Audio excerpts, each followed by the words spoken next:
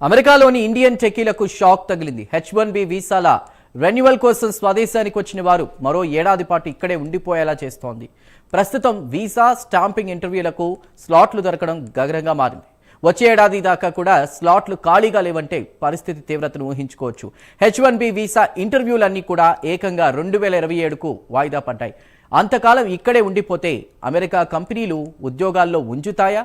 ఒకవేళ ఉంచినా అక్కడే ఉన్న భార్య పిల్లలకు దూరంగా ఎలా బ్రతకాలి అనేటువంటి టెన్షన్లో పడిపోయారు భారతీయులు.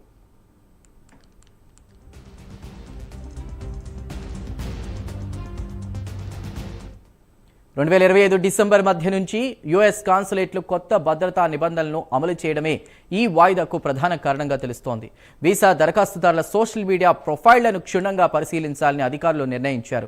దీనివల్ల ఒక్కో దరఖాస్తుకు అదనంగా 20 నుంచి 30 నిమిషాల సమయం పడుతూ ఉండడంతో రోజువారీగా నిర్వహించే ఇంటర్వ్యూల సంఖ్య గణనీయంగా తగ్గిపోయింది.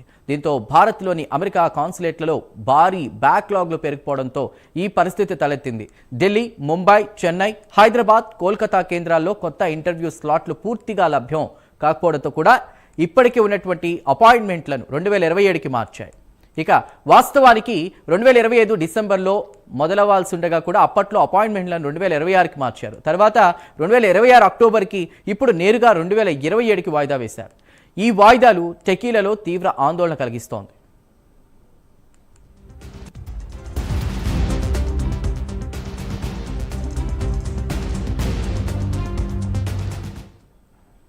ఈ సంక్షోభం దృష్ట్యా అమెరికాలో ఉన్నటువంటి H1B వీసాదారులు ఎట్టి పరిస్థితుల్లో యుఎస్ దాటి వెళ్లొద్దని కంపెనీలు ఆర్డర్లు వేస్తున్నాయి. ప్రస్తుతానికి 2027 వరకు కొత్తగా సాధారణ ఇంటర్వ్యూ స్లాట్లు అందుబాటులో లేకపోవడంతో వేలాది మంది భారతీయ నిపుణుల పరిస్థితి అగమ్యగోచరంగా మారింది. అయితే ఇలా భారీ సంఖ్యలో H1B వీసాదారులకు కోల్పోవడం అమెరికా ఐటీ రంగానికి కూడా నష్టమేనని నిపుణులు హెచ్చరిస్తున్నారు. విప్రో, TCS, ఇన్ఫోసిస్ వంటి సంస్థలు కూడా ఈ పరిణామాల నేపథ్యంలో అమెరికన్లను హైర్ చేసుకునేందుకు ఆసక్తి చూపుతున్నట్లు సమాచారం.